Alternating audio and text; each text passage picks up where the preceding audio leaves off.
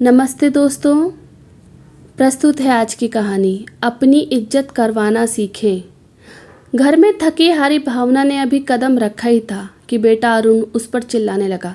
Mummy, आपको पता है ना मैं करेले की सब्जी नहीं खाता हूँ, फिर भी आपने मेरे लिए भी कुछ और नहीं बनाया। बहुत ज़ोर से भूख लगी है और घर में फ्रूट्स भी नहीं रखे आपने।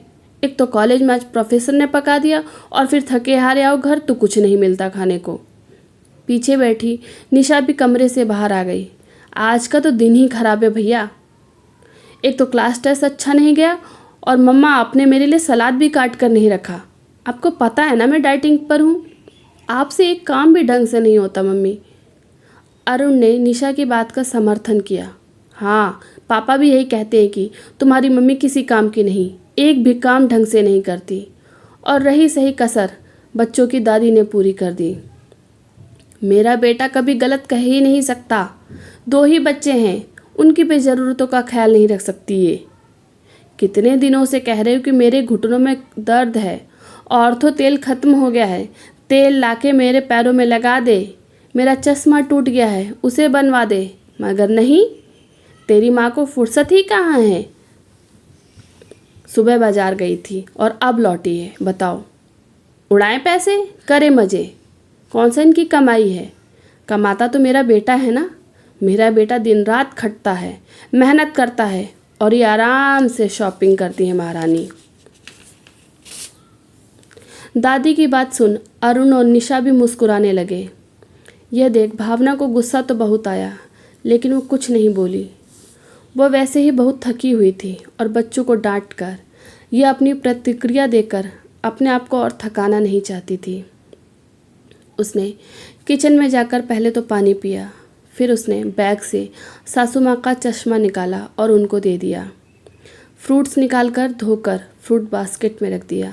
सब्जियाँ निकालकर धोकर सलाद काटकर बेटी को दे दिया और ऑर्थो तेल निकालकर सासू माँ के पैरों में लगाकर मालिश की और फिर अपने कमरे में चली गई कि थोड़ा सा आराम कर ले। तभी सासू माँ बड़बड़ाने लगी। जरा सा कुछ कहो नहीं, तुम्हारी मम्मी मुंह फुला लेती है। मेरा सामान लाकर कोई एहसान नहीं किया है। मेरे बेटे की कमाई से ही तो लाई है और यही सब पहले कर देती तो हम क्या गुस्सा करते इस पर। फालतू में हम सबका दिमाग खराब कर दिया।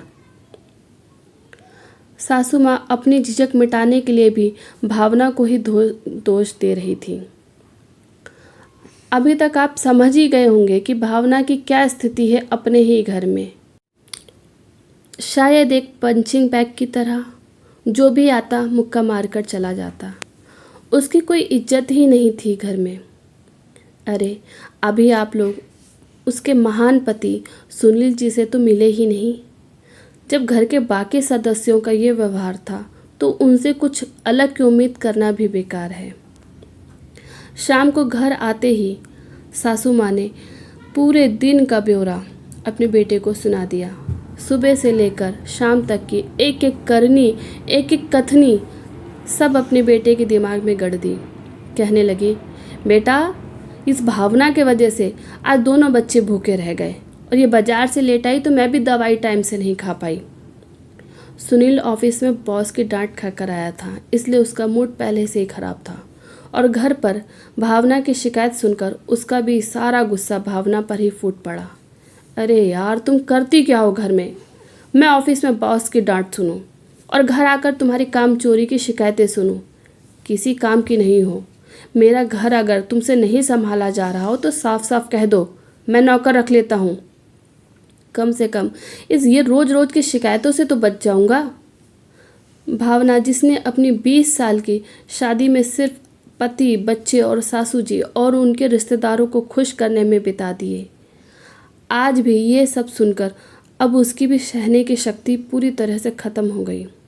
उसने कुछ नहीं कहा, लेकिन मन ही मन आज उसने एक फ़ैसला कर लिया।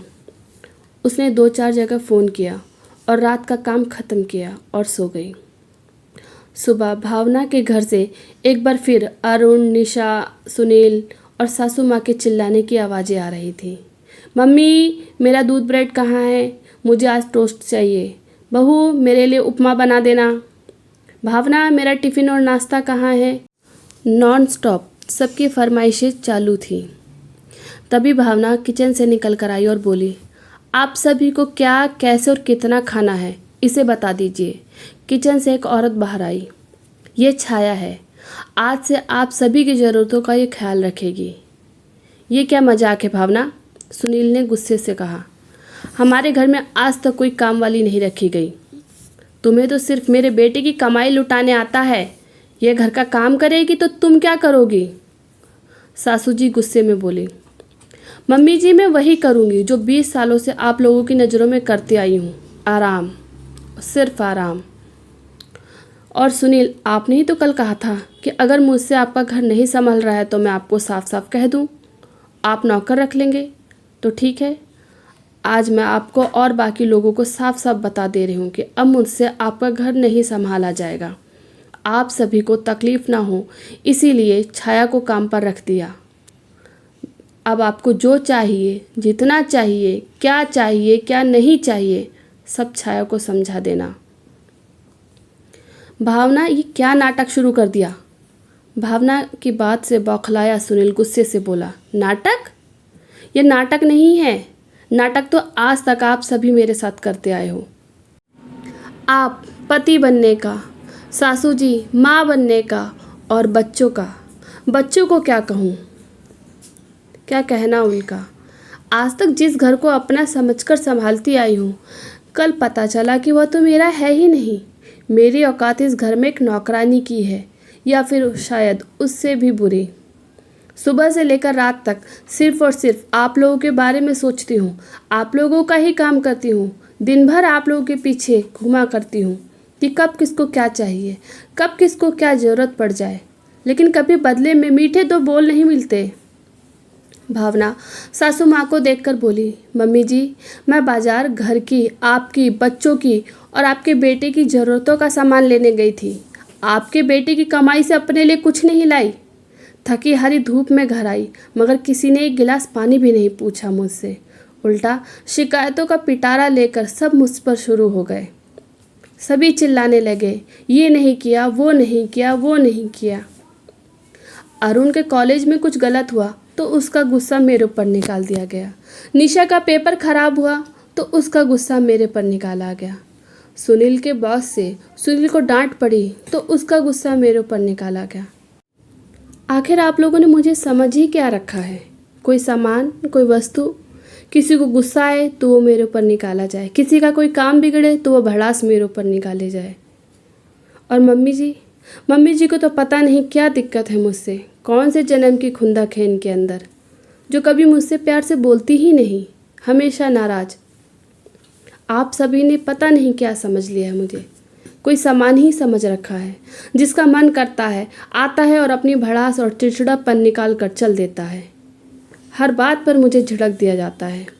कभी भी आप लोगों ने मुझसे पूछा कि तुम्हें कोई तकलीफ़ तो नहीं, या तुम्हारी कोई इच्छा तो नहीं?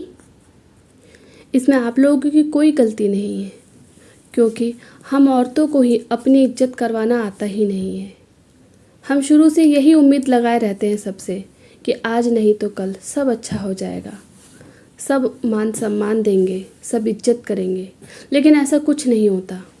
सारी ज़िंदगी इसी उम्मीद में निकल जाती है, सब जस का तस ही रहता है। मम्मी जी, आपका बेटा अगर ऑफिस में मेहनत करता है तो मैं भी दिन रात घर में मेहनत करती हूँ। आपका बेटा सुबह 9 बजे से 5 बजे तक नौकरी करता है, जिसमें संडे के अलावा और भी छुट्टियाँ रहती हैं, लेकिन मैं 24 घंटे और वो भी बिना छुट्टी लिए आपके बेटे का घर संभालती हूँ।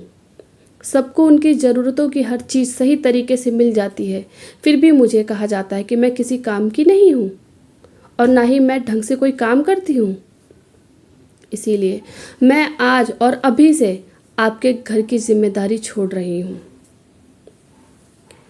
अपने कमरे में जाते हुए भावना पलट कर बोलती है, सुनील, औरत सारी ज़िंदगी अपने वजूद को भुलाकर मकान को घर बनाने में लगा देती है और बदले में सिर्फ यही चाहत रखती है कि घर के सभी सदस्य उसे प्यार से बात करें, उसे प्यार करें, मान दें, सम्मान दें, उसे प्यार के 2 मीठे बोल बोले।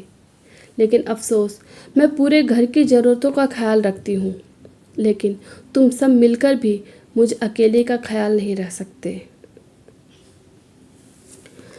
लेकिन भावना की बातों का किसी पर कोई असर न पड़ा। सुनील ने कहा, ठीक है कामचोर कहीं की, सारा दिन घर में पड़े पड़े आराम ही तो करती हो, ऊपर से कहती हो हम तुम्हारा ख्याल रखें।